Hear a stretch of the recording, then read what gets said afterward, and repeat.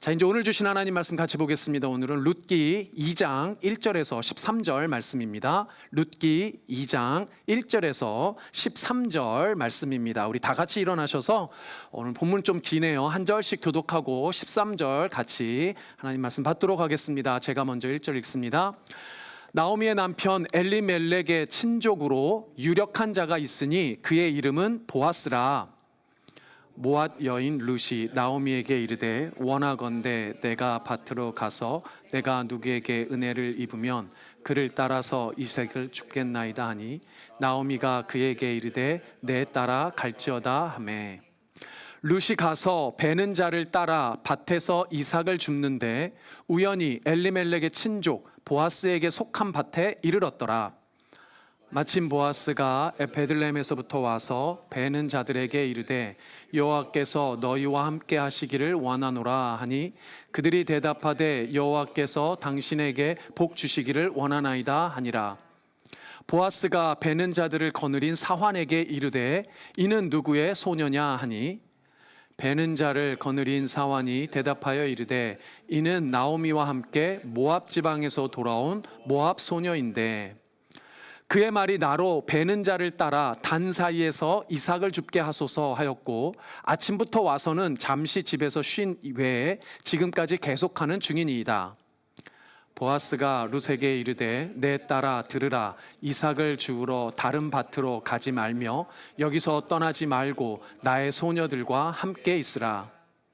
그들이 베는 밭을 보고 그들을 따르라. 내가 그 소년들에게 명령하여 너를 건드리지 말라 하였느니라. 목이 마르거든 그릇에 가서 소년들이 길어온 것을 마실지니라 하는지라. 룻이 엎드려 얼굴에 땅을 대고 절하며 그에게 이르되 나는 이방 여인이거늘 당신이 어찌하여 내게 은혜를 베푸시며 나를 돌보시나이까 하니 보아스가 그에게 대답하여 이르되 내 남편이 죽은 후로 내가 시어머니에게 행한 모든 것과 내 부모와 고국을 떠나 전에 알지 못하던 백성에게로 온 일이 내게 분명히 알려졌느니라. 여호와께서 내가 행한 일에 보답하시기를 원하며 이스라엘의 하나님 여호와께서 그의 날개 아래에 보호를 받으러 온 내게 온전한 상 주시기를 원하노라 하는지라. 우리 13절 같이 읽습니다. 시작. 룻이 이르되 내 주여 내가 당신께 은혜 입기를 원하나이다. 나는 당신의 하녀 중에 하나와도 같지 못하오나 당신이 이 하녀를 위로하시고 마음을 기쁘게 하는 말씀을 하셨나이다 하느라. 아멘. 앉아주시기 바랍니다. 제가 잠깐 기도하고 말씀 전하겠습니다. 아버지 감사합니다. 아버지는 우리의 산성이시며 피난처 되시며 우리가 숨을 날개이신 줄 믿습니다. 이 시간 주의 그늘 아래 머물길 소망하는 우리 사랑하는 성도님들 그 마음밭에 주님께서 함께 하시고 그들의 영혼 가운데 주의 말씀을 심어주셔서 전하는 저에게도 또 듣는 우리 성도님들에게도 모두 주의 말씀으로 위로받으며 힘을 얻는 시간 될 수 있도록 역사하여 주시옵소서. 허물 많은 종의 모든 죄악 가리시고 아버지 하나님의 영광만 드러내게 하옵시며 감사드리며 예수님의 이름으로 기도드립니다. 아멘. 아멘. 감사합니다. 좌우 앞뒤로 인사 나누겠습니다. 사랑합니다. 축복합니다. 사랑합니다. 축복합니다. 네. 오늘 이 시간 보이지 않지만 살아계신 우리 하나님께서 여러분들의 발걸음 이 자리로 인도하신 줄 믿습니다. 아멘. 제가 잠깐 앉아서 기도하면서 보는데 창문 바깥으로 차들이 막 정신없이 왔다 갔다 하더라고요. 그 분주한 그 사람들의 일상 가운데 여러분들 다른 많은 것을 제껴두고 이 예배의 자리에 말씀의 자리에 찾은 것은 분명히 이 자리에 사랑하시는 여러분들을 인도하신 하나님의 이끄심이 있는 줄 믿습니다. 아멘. 그 마음을 갖고 이 시간 말씀 사모하는 시간이 되었으면 좋겠습니다. 이제 룻기 세 번째 시간인데요. 오늘은 그늘이 되어주는 관계라는 제목으로 같이 말씀을 듣겠습니다. 우리 지난주에 시어머니인 나오미를 이제 따라서 친구와 같은 룻에 대한 이야기를 조금 다루었습니다. 마음을 헤아려주는 친구 룻 이런 이야기를 좀 다루었는데요. 사실 다른 이익 관계를 따지지 아니하고 친구라는 이유만으로 우리의 마음을 완전히 헤아려 주실 수 있는 분은 오직 예수 그리스도 한 분뿐임을 믿습니다. 아멘. 네, 지난주에 말씀 잘 들으시고 마음을 헤아려주는 우리 서로가 되었으면 좋겠습니다라는 이야기를 나눴는데 우리 함께 결단도 했는데 지난 한 주간 여러분들 그렇게 사셨습니까? 네, 갑자기 아멘 소리가 사라져 버렸네요. 네, 지난주 말씀이지만 다시 한번 마음을 새겨서 여러분들 서로가 마음을 헤아려주는 그런 친구와 같은 여러분들 되시기를 주님의 이름으로 축복합니다. 아멘. 사실 지난주에 제가 언급하지는 않았지만 여러분들 그 룻기는 이름이 중요하다고 했잖아요. 룻이라는 이름의 뜻이 사실 친구입니다. 룻이라는 이름의 뜻 자체가 친구예요. 우정이라는 뜻을 가지고 있습니다. 그래서 왜 룻이 나오미에게 친구인가라고 의문이 생기신 분이라면 사실은 룻기는 이름이 너무나도 중요하다고 말씀드렸잖아요. 이름의 뜻이. 그러니까 룻이라는 이름이 설정이 되었을 때 우연이 없는 겁니다. 하나님께서 이 룻기를 사람의 손을 통해서 쓰셨지만 하나님께서 영감 주셔서 쓰신 이 성경을 우연히 룻의 이름이 된 게 아니라 하나님의 섭리 가운데 나오미에게 친구와 같은 사람이 되어주라 라는 의미로 룻에게 친구라는 이름이 붙여진 게 아닌가 싶습니다. 성경에는 우연이 없습니다. 우연 같아 보이지만 하나님의 섭리 안에 있음을 믿으시는 여러분들 되시길 바랍니다. 왜 이 믿음이 중요하냐면 나오미와 같은 힘든 순간조차도 그런 순간에더라도 절망하지 않을 수 있는 이유가 거기 있기 때문에 그래요. 내 삶에 지금이 너무 힘들고 어려운 순간이더라도 내가 하나님의 섭리 아래 있다라고 믿게 되면 그 믿음이 있으면 이 순간도 과정뿐이잖아요. 과정일 뿐입니다.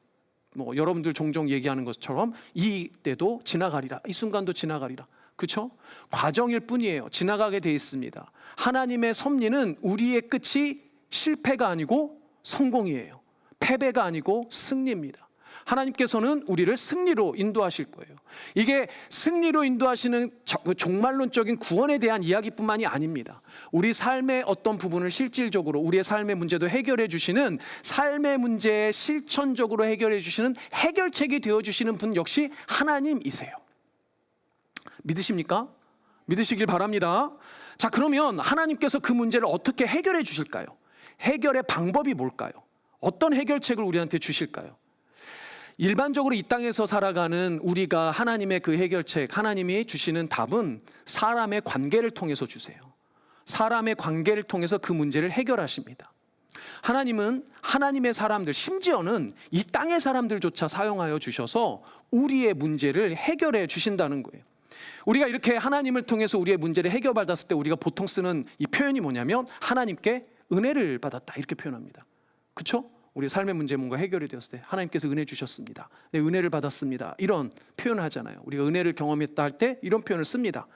하나님이 사람을 통해서 하나님의 은혜를 끼치고 사람을 통해서 주시는 하나님의 은혜를 우리가 경험하게 되는 겁니다. 그럼 여러분들에게 한번 물어보겠습니다. 여러분들은 하나님의 은혜를 받는 사람이 되고 싶습니까? 아니면 하나님의 은혜를 끼치는 사람, 하나님의 은혜를 전하는 사람이 되고 싶습니까? 제가 물어본 제가 바보죠. 당연히 은혜를 받고 싶다고 하실 겁니다. 우리는 은혜 받기를 사모하잖아요. 은혜를 주고 싶으세요? 예. 지혜로우신 분입니다. 은혜를 받는 것에서만 멈추지 않고 은혜를 주는 사람이 훨씬 더 복받은 사람입니다. 제가 하나님의 은혜에 대해서 설명드렸을 때 자주 말씀드리는데 하나님의 우리에게 은혜를 주실 때는 차고 넘치게 주신단 말이에요. 은혜를 전할 수 있다는 건 넘치는 은혜를 전하는 거예요. 여러분들 선물 받는 것도 즐겁지만 선물 주는 사람이 더 행복합니다. 왜요? 선물을 주는 사람은 선물을 줄 만큼 넉넉한 거잖아요. 은혜를 끼치는 사람은 이미 넉넉한 은혜를 받고 넘쳐서 남은 은혜를 전하는 겁니다. 그러니 사랑하는 여러분, 은혜를 받는 것에서 멈추지 않고 은혜를 끼치는 자 되기를 사모하는 여러분들 되시기를 바랍니다. 그 용어가 뭐예요? 그늘이 되어주는 겁니다. 우리 좌우 양옆으로 한번 인사 나눌까요? 다른 이의 문제를 해결해주는 인생 됩시다.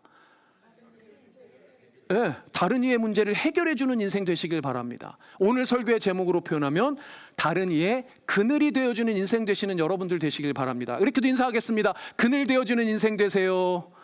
그늘 되어주는 인생 되세요. 자, 우리 청년들한테 종종 얘기합니다. 째째하게 내 인생 하나 잘 먹고 잘 사는 인생 꿈꾸지 말고 다른 인생까지도 잘 먹고 잘 살게 하는 인생을 소망하란 말이에요. 내 인생 하나 잘 되는 거 그거 뭐 얼마나 저기 하겠습니까? 그 정도는 다 하고 살아요. 그런데 여러분, 다른 사람을 먹이는 인생 되는 인생이 참으로 축복받은 인생이에요. 그 소망을 갖는 인생 하나님이 들어 사용하실 줄 믿습니다.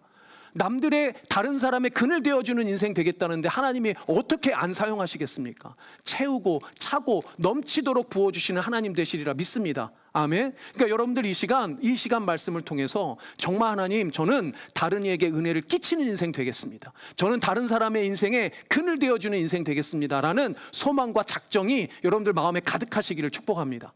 아멘. 오늘 바로 이 룻기에 그 그늘 되어주는 인생의 표본이 등장해요. 그게 누굽니까? 바로 보아스예요. 나오미의 인생 가운데, 이 비참과 절망 가운데 빠져있는 나오미의 인생 가운데 그늘이 되어주는 자가 등장을 했는데 그 이름이 바로 보아스입니다. 그래서 오늘 이 보아스를 통해서 그늘 되어주는 인생에 어떤 특징이 있는지를 좀 보려고 합니다. 자, 지난주 내용까지 1장의 내용을 다루고 오늘 이제 2장, 룻기 2장에 들어가잖아요. 1장의 내용과 2장의 내용까지도 간단하게 좀 이야기 자체를 좀 스케치를 다시 한번 해보겠습니다. 엘리멜렉이 남편이고 나오미가 이제 아내인 한 가족이 이제 잘 살다가 모압 땅에 기근을 피해서 이제 이주하게 됐어요. 모압 땅에 이주를 해서 잘 살았는데 살다가 엘리멜렉이 죽고 맙니다. 그리고 나오미는 그 아들 둘마저 죽게 돼요. 그래서 혼자 과부가 되죠. 근데 과부로 된 거로 멈추지 않고 아들들이 그 땅에서 며느리들을, 이렇게 아내들을 얻어서 이 나오미는 며느리 둘까지, 과부가 된 며느리 둘까지 이제 떠안게 됐어요. 근데 먹고 살 일이 막막해지니까 고향 땅으로 이제 돌아가기로 합니다. 고향 땅이 베들레헴이죠. 그래서 베들레헴으로 이제 돌아가기로 했는데 막 가다가 보니까 이 두 며느리가 걱정되는 거예요.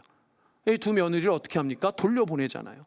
다시 돌려보냈는데 한 며느리인 오르반은 어머니 말씀을 듣고 시어머니 말씀을 듣고 돌아갔는데 이 남은 한 며느리인 룻은 끝까지 시엄마 따라가겠다고 이제 함께 베들레헴으로 오게 됩니다. 우리가 이제 이 스토리까지 들었죠. 베들레헴으로 이제 오기는 왔는데 문제가 해결이 됐나요? 베들레헴으로 왔다고? 문제가 해결되지 않았습니다. 사실 엘리멜렉은 베들레헴에 엘리멜렉 소유의 땅이 좀 있었던 것 같아요. 근데 문제는 남자가 없는 가정에서는 여자만은 혼자 땅이 있어도 그 땅을 경작할 능력도 없고 그 땅을 처분해서 경제적인 돈을 얻을 수 있는 방법도 없었어요. 권리도 없었고 능력도 없었습니다. 그러니까 나오미가 룻과 베들레헴으로 돌아오긴 돌아왔는데 당장 먹고 살 일이 지금 문제가 생긴 거예요. 그래서 이 고민하고 전전긍긍하고 있는데 이 친구와 같은 마음으로 이 어머니인 나오미의 마음을 헤아린 룻이 어머니 그럼 제가 나가서 보리 이삭을 좀 주워 오겠습니다 하고 이제 나가게 된 겁니다. 이 룻기의 전체 배경이 보리를 추수하는 시기예요. 보리 추수 때입니다. 사실 제가 룻기를 이 계절에 선택한 이유 중에 하나이기도 해요. 딱 추수 계절이잖아요. 보리 추수 때이기 때문에 그 룻이 뭐라고 생각했냐면 보리 밭에 가서 추수하고 떨어져 있는 이삭을 좀 주우러 가겠다라는 생각을 한 거죠.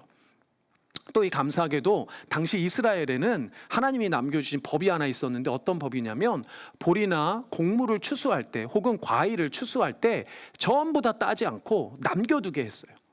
땅에 좀 남겨두면 가난한 자, 고아나 또 과부나 나그네들이 그 떨어진 이삭이나 남은 과일들을 가져가서 먹고 살 수 있도록 하나님께서 이스라엘 백성에게 명령하셨단 말이죠. 그 법이 있었습니다. 그래서 이 법도 알고 있는 이제 나오미가 또 뭐 얘기를 해줬겠죠. 그래서 이제 룻이 나가서 보리밭에서 이삭 줍기를 합니다. 이제 이삭 줍기를 하려고 딱 갔는데 하필 그 밭이 누구 밭이에요? 이게 보아스라는 사람의 밭인 거예요. 그래서 이 보아스라는 사람의 밭에 가서 이제 보리 이삭을 줍게 된 거죠. 이러면서 2장에서 누가 등장하냐면 보아스가 등장을 합니다. 그런데 이 2장을 전체적으로 읽어보면 여러분들 보아스라는 인물이 중심인데 이 보아스와 누구와의 관계를 처음에 강조하면서 시작하냐면 나오미와의 관계를 강조하면서 시작합니다. 그래서 1절과 3절을 보면 나오미의 남편이었던 엘리멜렉의 친족으로서 보아스를 등장시켜요. 그렇죠? 엘리멜렉의 친족이라는 이 그 보아스의 신분의 특징, 나오미와의 관계성을 반복해서 설명을 하게 됩니다. 특별히 이 나오미와 보아스의 관계에 대한 이 관심은 룻기 2장의 끝부분에서 아주 극명하게 드러나게 되는데요. 2장 19절입니다. 시어머니가 그에게 이르되 오늘 어디서 주었느냐 어디서 일을 하였느냐 너를 돌본 자에게 복이 있기를 원하노라 하니 룻이 누구에게서 일했는지를 시어머니에게 알게 하여 이르되 오늘 일하게 한 사람의 이름은 누굽니까? 보아스니이다. 하고 보아스를 이제 시어머니 나오미에게 알립니다. 그런데 이 본문을 가만히 보면 밭에서 돌아온 룻에게 나오미가 제일 먼저 한 질문이 뭡니까? 오늘 어디서 주었느냐? 어디에서 일을 했느냐? 너를 돌본 자가 누구냐라고 물어봅니다. 근데 여러분, 당장 먹고 살 게 문제인 나오미의 입장에서 룻이 돌아올 때 가장 먼저 했어야 되는 질문은 사실 상식적으로 이거 아닐까요? 야, 오늘 좀 뭘 좀 구해왔니? 야, 얼마나 구해왔니? 뭐 이걸 물어봐야 되잖아요. 근데 식량에는 관심이 있어요, 없어요? 먹을 거에는 관심이 없어요. 나오미는 뭐에 관심이 있습니까? 누구에게 관심이 있어요? 사람에게 관심이 있습니다. 네가 식량을 얻어온 그 밭은 누구의 소유냐? 그래서 특별히 뭐라고 표현합니까? 너를 돌본 자가 누구냐라고 질문을 합니다. 나오미의 관심도 성경의 관심도 마찬가지예요. 뭐에 관심이 있는 겁니까? 너를 돌본 자, 그 사람에게 관심이 있습니다. 그러니까 은혜를 끼쳐서 문제를 해결해 줄 사람, 그늘이 되어줄 그 사람이 누구냐, 그 사람에게 관심이 있다는 거예요. 나오미도 그렇고 성경도 그렇습니다. 마치 예수님이 제자들에게 뭐라고 말합니까? 이제 밭이 휘어져 추수할 때가 되었는데 누가 없어요? 추수할 일꾼이 없는 거예요. 그 일꾼 된 사람에게 예수님의 관심이 있었습니다. 하나님의 은혜를 끼칠 자, 복음을 전할 자, 영혼을 추수할 자, 그 사람이 누구인지에 나오미의 관심도 있고 하나님의 관심도 있다는 거예요. 사랑하는 여러분, 이 시대에도 마찬가지입니다. 하나님의 관심은 어디에 있습니까? 그 영혼 추수할 자, 그 한 사람, 은혜를 끼칠 자에게 관심이 있다는 거예요. 여러분들도 마찬가지로 그 관심 받는 여러분들 되셨으면 좋겠다는 겁니다. 하나님이 찾으시는 그 한 사람, 은혜를 끼칠 자, 그늘 되어줄 인생이 누구인지에 대한 하나님의 관심이 여러분들의 그 대상이 되었으면 좋겠다는 겁니다. 그런데 오늘 본문에서 그 한 사람이 누군가요? 바로 보아스였다는 겁니다. 그럼 보아스는 어떤 사람일까요? 보아스는 오늘 1절에 보니까 보아스를 뭐라고 설명하냐면 유력한 자라고 표현합니다. 유력한 자. 유력한 자라는 표현은 쉽게 말하면 이겁니다. 돈 있고 능력 있고 빽 있는 사람, 이런 말이에요. 네. 심지어 보아스의 이름 뜻이 뭐냐면 능력 있는 자예요. 보아스는 능력 있는 사람입니다. 능력 있는 여러분들 되시길 바랍니다. 이거에도 아멘 안 하시면 뭐에 아멘 하실 거예요? 네? 네. 능력 있는 자라는 거예요. 그런데 성경이 그리는 보아스의 능력, 그 능력 있는 자라는 건 단시 세상에서 돈 많고 힘 있고 빽 있는 사람이라는 뜻이 아니에요. 보아스의 능력은 은혜를 끼치는 그 은혜의 능력입니다. 다른 사람의 문제를 해결해 줄 수 있는 능력이고 그늘 되어주는 능력을 말하는 거예요. 그럼 과연 그런 보아스는 어떤 특징을 가지고 있을까요? 첫 번째는 다른 사람들을 함부로 대하지 않는 겸손한 사람이 보아스였습니다. 능력이 저 능력이에요. 겸손함의 능력이라는 거예요. 그 겸손함은 심지어 자신보다 나이가 어리거나 신분이 낮고 가난한 사람에게조차도 겸손했어요. 자기보다 힘있고 빽 있는 사람 앞에 고개를 조아린 게 아니라 자기보다도 더 낮고 천한 혹은 더 어린 사람에게조차도 고개를 숙일 줄 아는 것이 보아스였다는 겁니다. 오늘 3절에 보니까 이렇게 말씀이 시작됩니다. 룻이 가서 베는 자를 따라 밭에서 이삭을 줍는데 우연히 엘리멜렉의 친족 보아스에게 속한 밭에 이르렀더라. 4절 같이 읽습니다. 시작. 마침 보아스가 베들레헴에서부터 와서 베는 자들에게 이르되 여호와께서 너희와 함께 하시기를 원하노라 하니 그들이 대답하되 여호와께서 당신에게 복 주시기를 원하나이다 하니라. 룻이 우연히 들린 그 밭이 보아스의 밭이었어요. 근데 제가 말씀드린 대로 우연이 있어요, 없어요? 자, 성경은 우연히라고 말했지만 저 우연 속에는 하나님의 섭리가 담겨 있다고 그랬죠. 그 섭리를 표현한 표현이 저기 마침입니다. Just then, 바로 그때. 그러니까 우연 뒤에 감추어진 하나님의 섭리 필연을 보는 영적 눈이 있는 여러분들 되시길 바랍니다. 자, 마침 하나님의 섭리로 누구를 만났냐면 보아스를 만났어요. 자, 그런데 그 보아스라는 인물의 첫 소개가 되게 흥미롭습니다. 뭐라고 이야기하냐면 보아스가 그 밭에, 자기 밭에 이렇게 딱 들렀어요. 들러서 보니까 누가 있습니까? 일하는 사람들이 있어요. 추수하는 사람들이 있어요. 일꾼들이 있어요. 근데 일꾼들에게 뭐라고 처음에 이야기를 합니까? 여호와께서 너희와 함께 하시기를 원하노라. 영어로 뭐라고 되어 있습니까? The Lord be with you. 저거 원래는 God be with you예요. God be with you. 여러분들 영어의 인사말 중에 굿바이라는 인사말이 있습니다. 굿바이의 인사말에 제일 거슬러 올라가면 어원의 그 형태는 God be with you라고 그래요. God be with you라는 그 인사가 남아서 굿바이로 남은 겁니다. 그냥 하나님의 이름으로 인사를 하는 거죠. 근데 여러분들 인사말 우리가 흔하게 주고받는 상투적인 인사말 같지만 상투적인 인사말이라면 성경이 기록했을까요? 안 했을까요? 기록 안 했죠.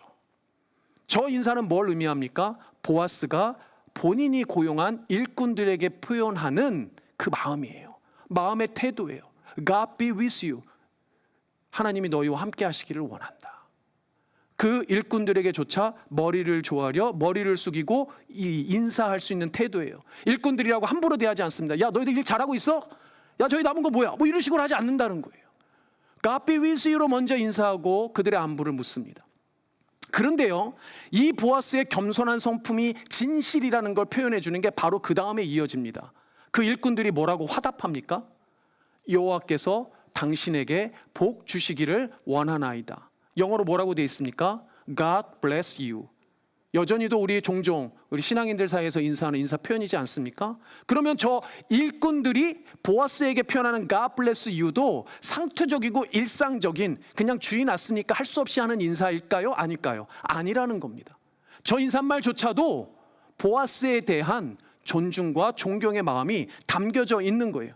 그러니까 이미 보아스는 주변 사람들한테 뭐를 인정받고 있는 겁니까? 얼마나 겸손한 사람인지, 타인을 대할 때 얼마나 상대방 앞에 겸손하고 존중받아 마땅한 사람인지에 대해서 이미 담겨져 있는 인사말이라는 거예요. 저희 어제 이제 새벽 예배 드렸었는데요. 새벽 예배 주제는 지혜에 대한 이야기였는데 중간에 예화로 제가 잠깐 갑질에 대한 이야기를 좀 했습니다.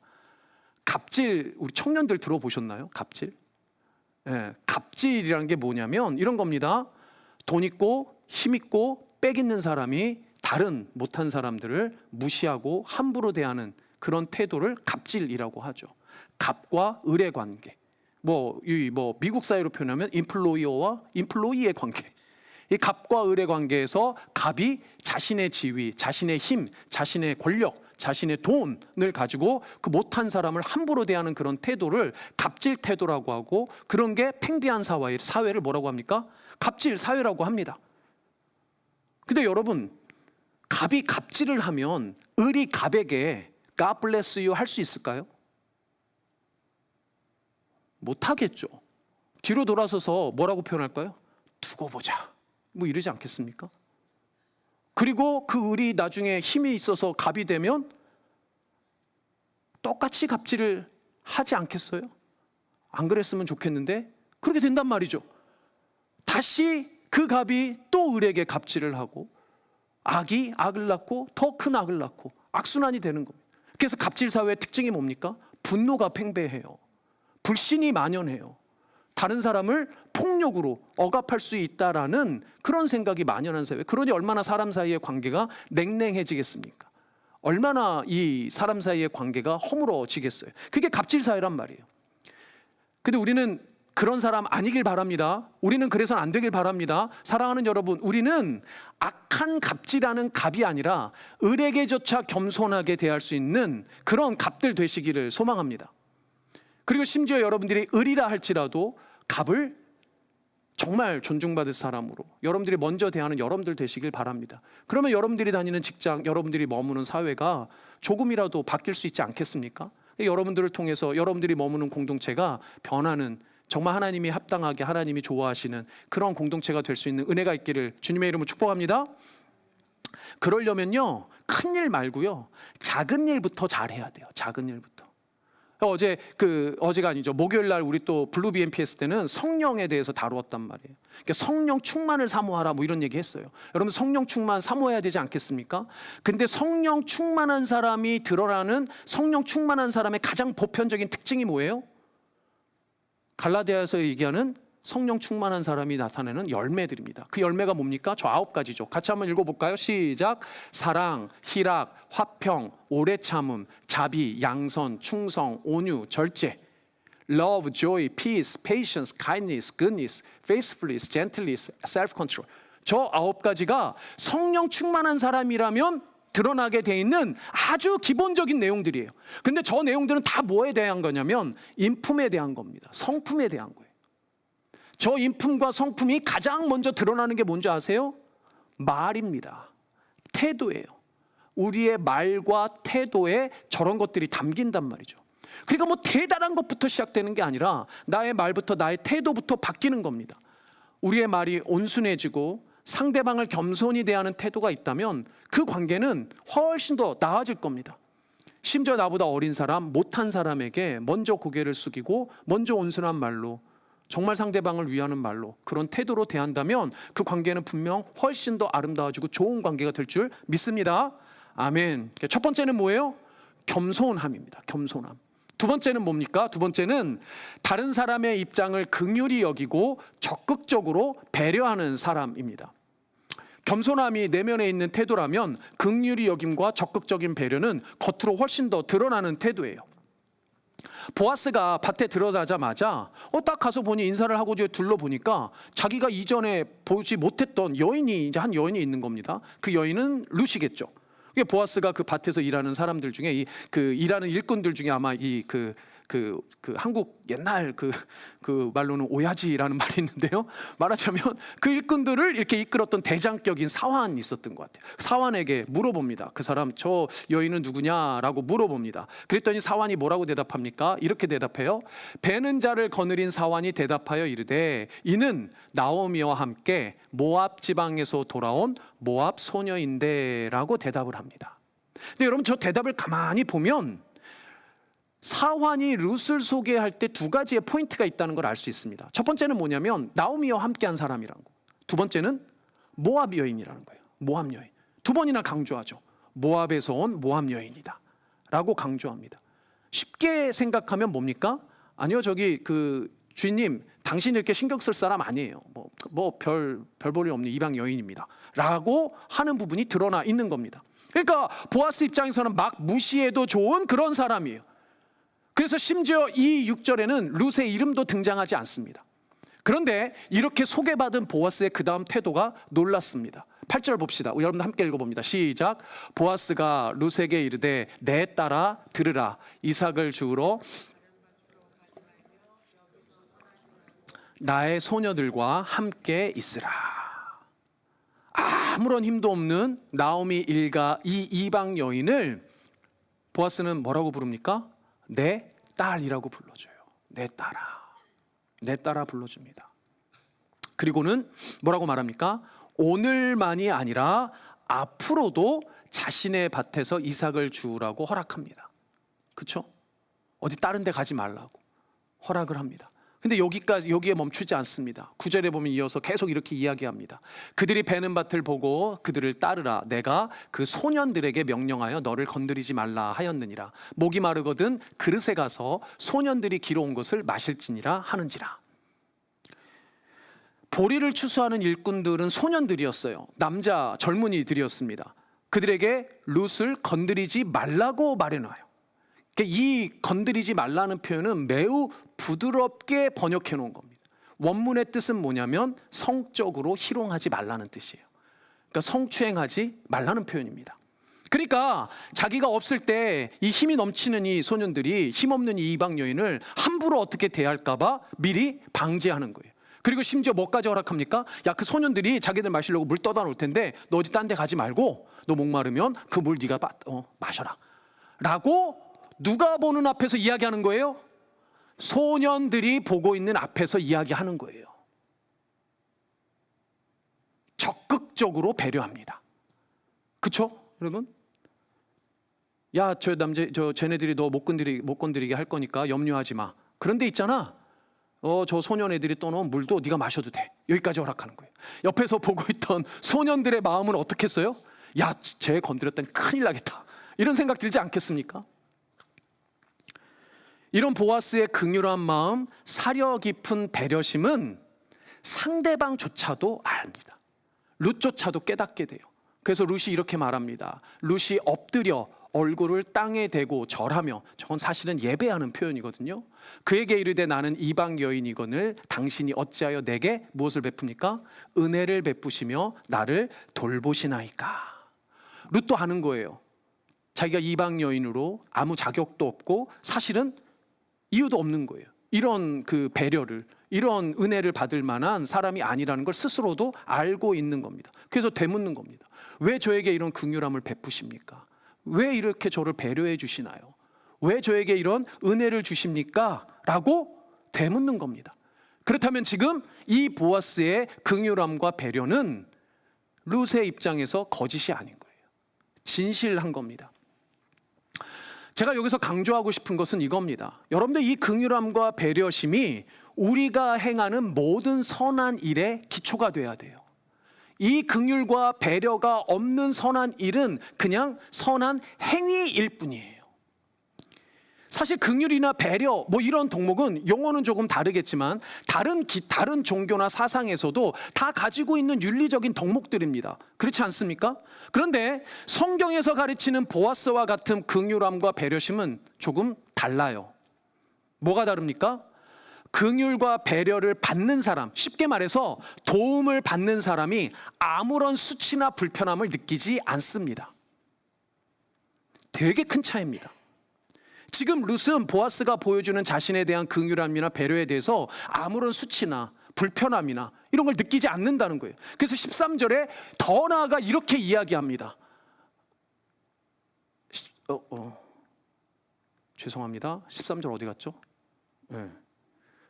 13절 여기 있습니다. 같이 읽겠습니다. 시작. 룻이 이르되 내 주여 내가 당신께 은혜 입기를 원하나이다. 나는 당신의 하녀 중에 하나와도 같지 못하오나 당신이 이 하녀를 위로하시고 마음을 기쁘게 하는 말씀을 하셨나이다 하니라. 아멘. 무슨 얘기예요? 은혜 입기를 더 은혜를 달라고 은혜 입기를 본인이 간청합니다. 이거는 없는 사람이 나 좀 도와주세요라고 하는 게 전혀 다릅니다.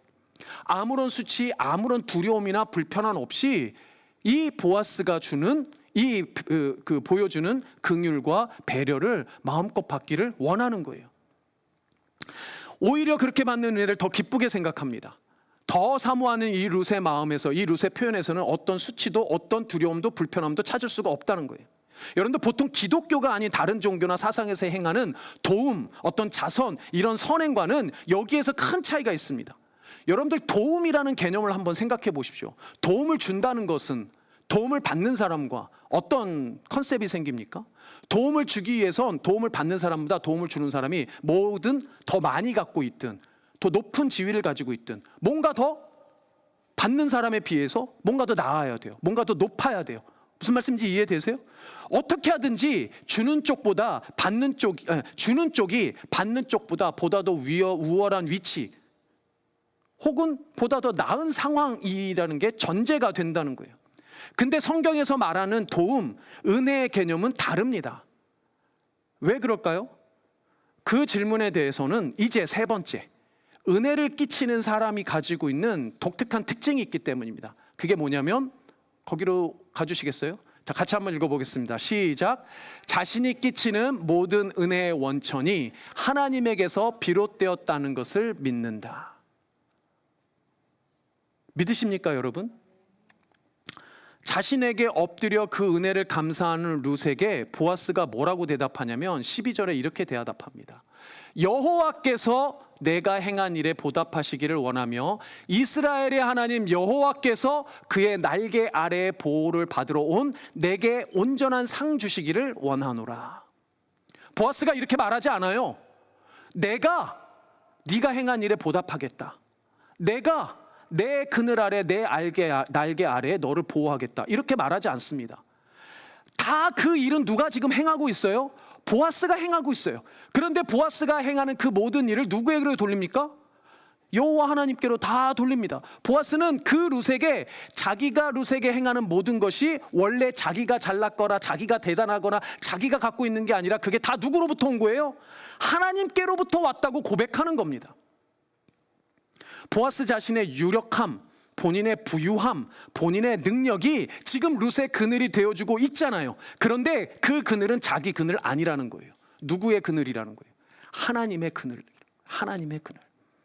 보아스는 그 모든 선행의 원천이 자기가 아닌 하나님이라고 고백하는 거예요.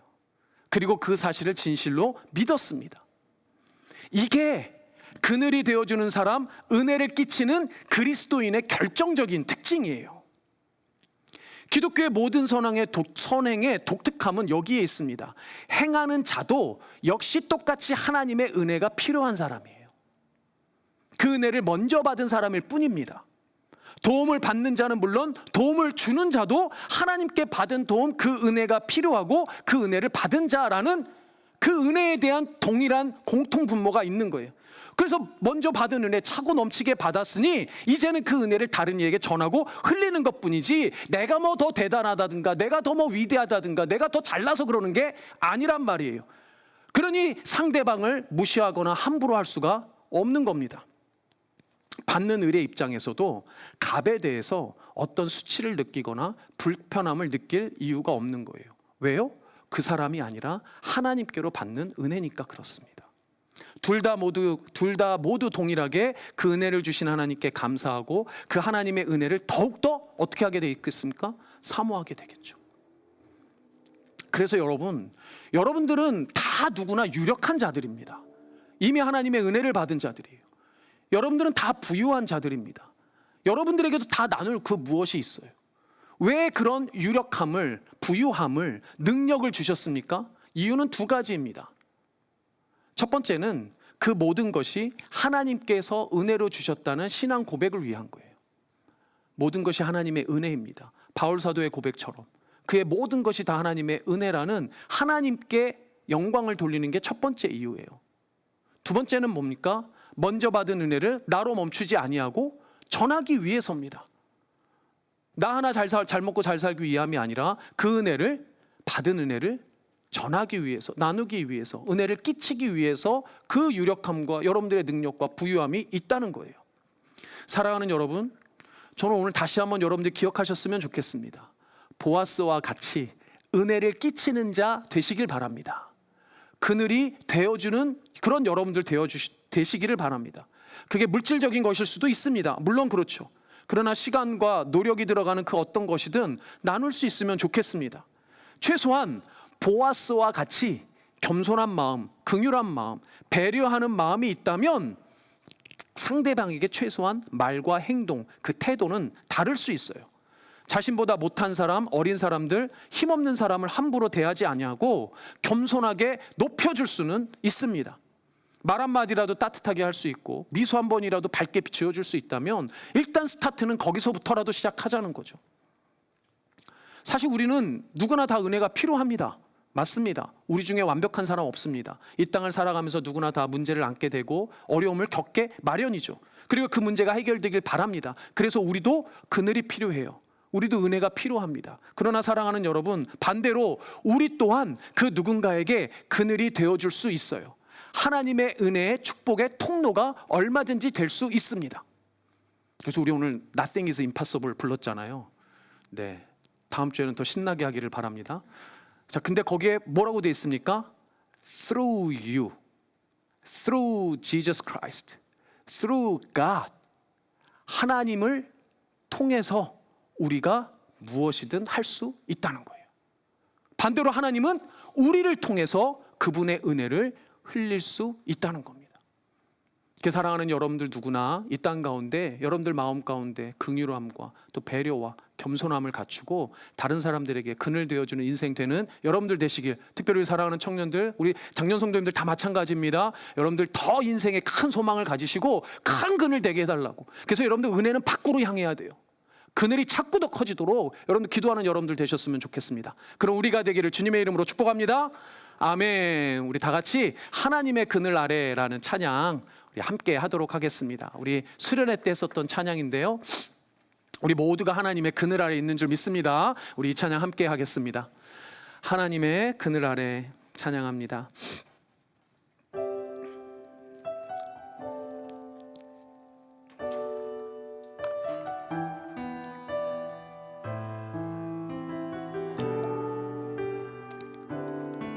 하나님의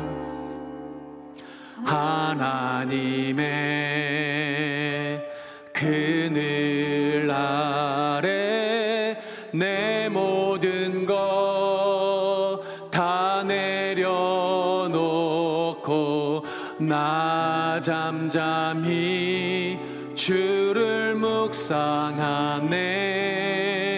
그 놀라우신 은혜를 끝이 없는